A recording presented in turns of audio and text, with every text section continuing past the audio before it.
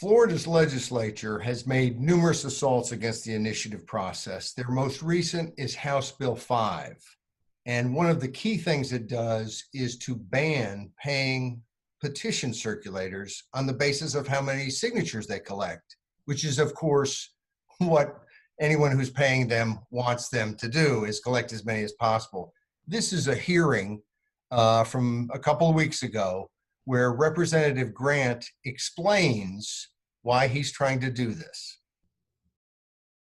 Is there evidence that signatures collected by a person collecting them and they're paid per hour or paid per signature are more fraudulent? You're recognized.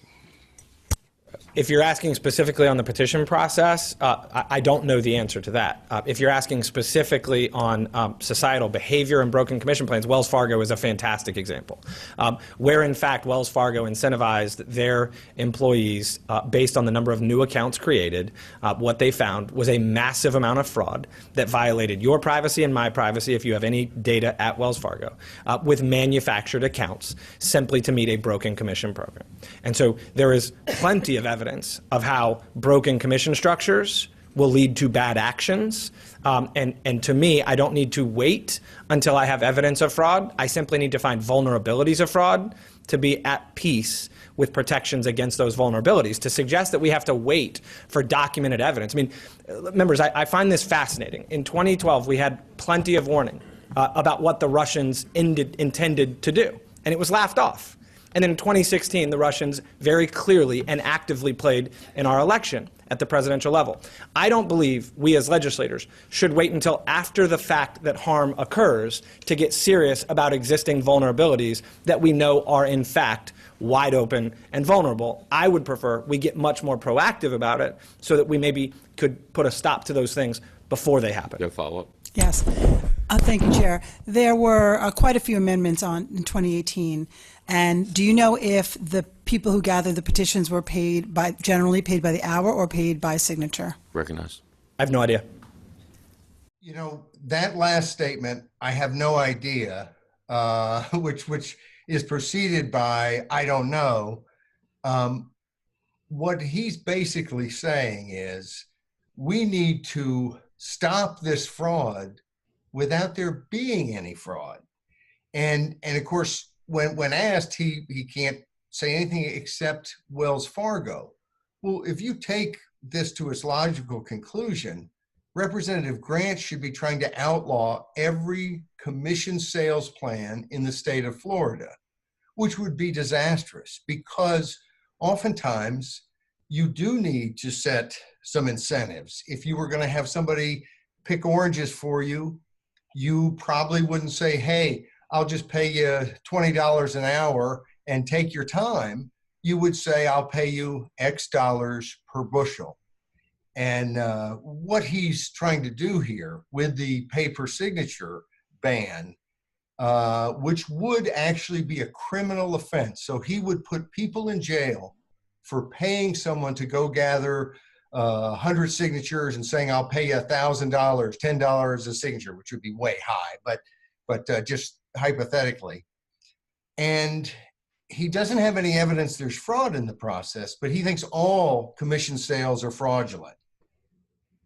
Not really. Not really. He doesn't really think that, because if he really did think that, he wouldn't be talking about petitions. He'd be coming with a law that says all commission sales should be outlawed. He's playing a game. He's tap dancing. What he wants to do is to block the initiative process, because the initiative process does things like term limits that legislators don't like.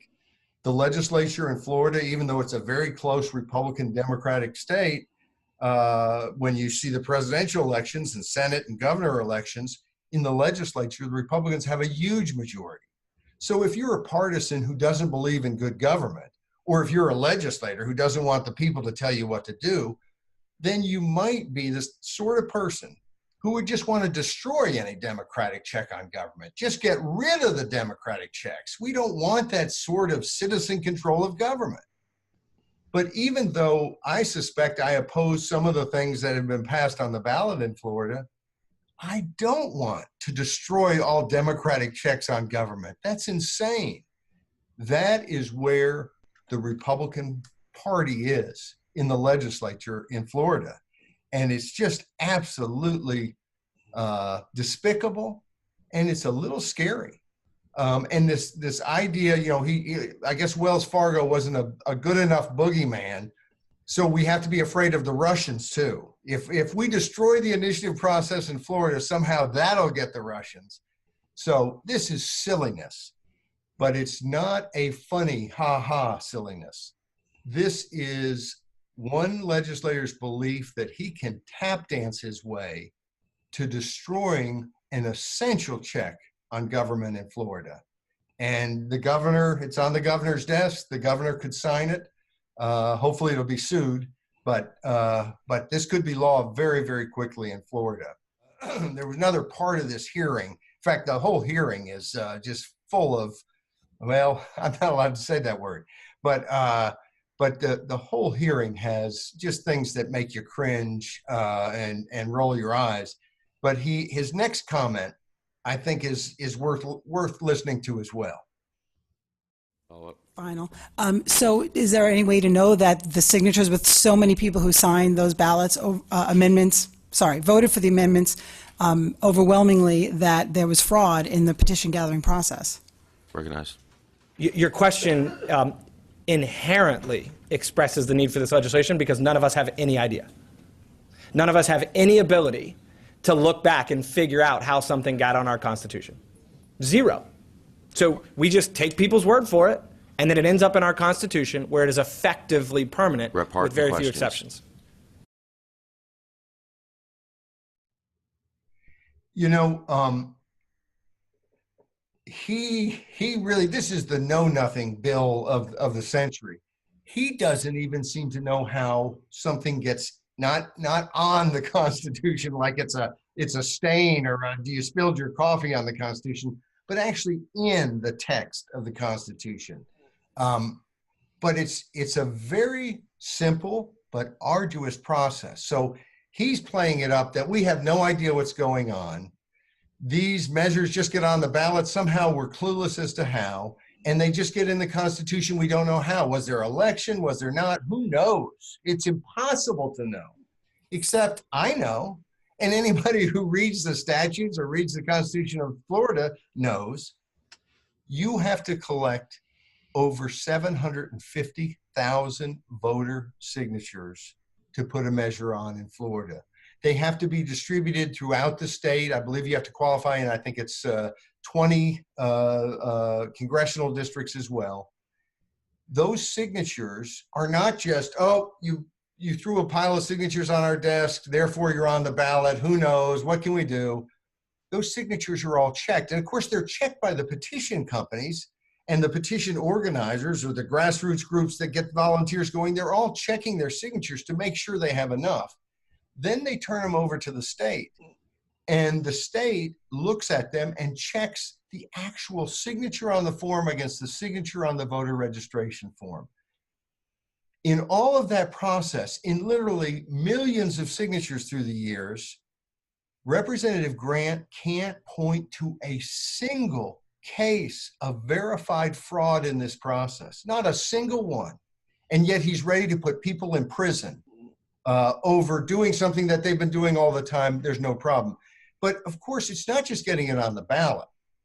Even if someone somehow pulled some miracle fraudulent scheme, like Wells Fargo and the Russians got together and ran a petition drive and just fooled us all, it then goes on the ballot. And there's a campaign. And Americans talk on one side or the other, and they campaign, and we decide. And of course, in Florida, it could be that maybe it was really close, and by 51 to 49%, they put something in the Constitution. Oh, wait. No, that wouldn't work in Florida, because more than a dozen years ago in Florida, they raised, the legislature put on the ballot and claimed the Constitution was being destroyed, and they raised the vote percentage to 60%. A few cycles ago, a medical marijuana measure got over 59% of the vote, but didn't get 60 and failed. Now, of course, last election, it came back and won. they got the 60%. But we're talking about a process in which you have to collect hundreds of thousands of signatures. You have to get those signatures verified to make sure they're not just somebody's signature, they're the actual voter who signed it and who's a registered voter.